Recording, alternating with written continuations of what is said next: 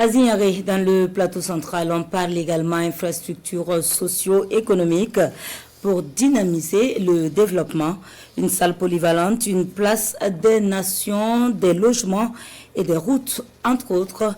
Ils ont été construits initialement pour les festivités de la célébration de l'indépendance.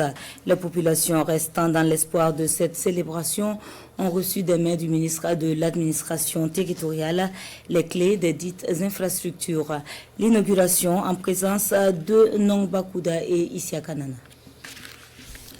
Une salle polyvalente de 1000 places, une place des nations avec une aire de jeu, une cité des forces vives, une caserne des sapeurs-pompiers, 58 km de voirie, des caniveaux de drainage, des eaux pluviales, bref, la ville de Zignaré présente fière allure.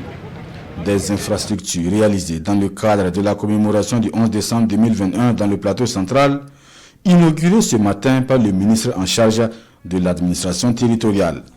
La fin d'une longue attente pour les populations de la cité de Lubritenga. Nous sommes très honorés par la tenue de cette cérémonie qui marque la fin d'une longue attente et fait le bonheur de l'ensemble de nos populations.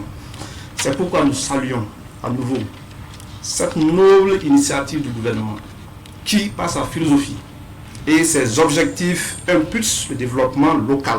Plus de 30 milliards de francs CFA ainsi injectés par l'État burkinabé et ses partenaires dans la réalisation de ces infrastructures pour booster le développement économique et social de la région du plateau central. Et le ministre Émile Zerbo de saluer la résilience des populations du Ganzurgou, du Kourouégo et de Lubritenga fortement mobilisées. Il avait été décidé dans le cadre de la commémoration tournante de la fête de l'indépendance qu'elle se passe ici à Zignaré en 2021. Cela n'a pas été le cas du fait de l'insécurité qui était grandissante.